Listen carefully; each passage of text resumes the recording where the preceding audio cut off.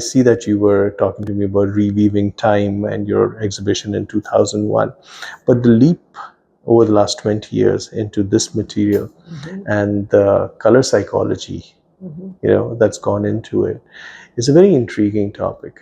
And, love to hear more from you on that. Yeah.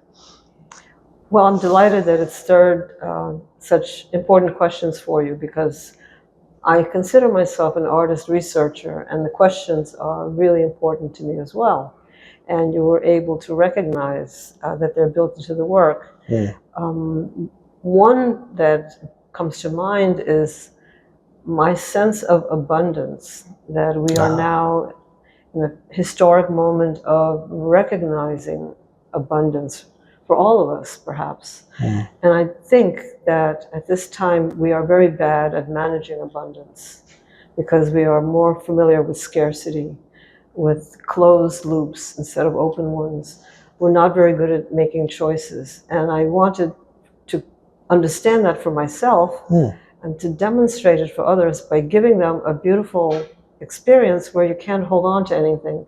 You can only find a part that you like and then find another and another and another. And suddenly it leads to other questions, which I'm hoping that others will bring to the table. Like, what does this do for us to have so many choices? Each one is beautiful. What does this mean? What is it telling us? And how do we manage this? That's why I had to break every rule as a gallery artist. There's no list of titles or sizes or price lists or materials, because all of that is up for change. It's not stable. It's not stable, yeah. No. And there's a beauty in that maybe we need to explore and accept now as we head towards very difficult questions of how to survive as a species. Because I think we're very bad at handling abundance.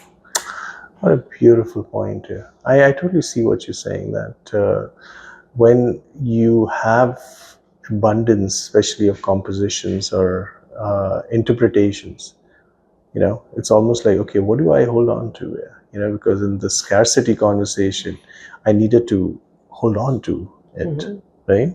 That whole example that's often given about, the birds, if you leave food out on the road, they just eat as much as they want, and then they leave the rest for the others. If a human being went to that, they would immediately capture it all together and run with it, right? So now we have this topic of abundance, and you're utilizing art as a medium to create the sense of, I can make as many pieces as I want, as my heart desires, as my light desires, as my inner being desires. Now what do I do with it? Because the culture is, what do you have to show for it? Give me a tangible, It's like, well, but where to go, Yes. It was just right here. I made it, but it's not looking the same now, right?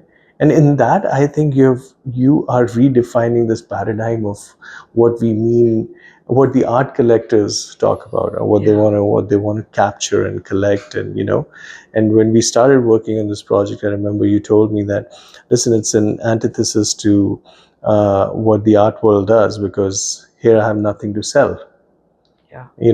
I'm not here selling something. And I found that very, very compelling. And that, in fact, inspired me to come up with my pieces.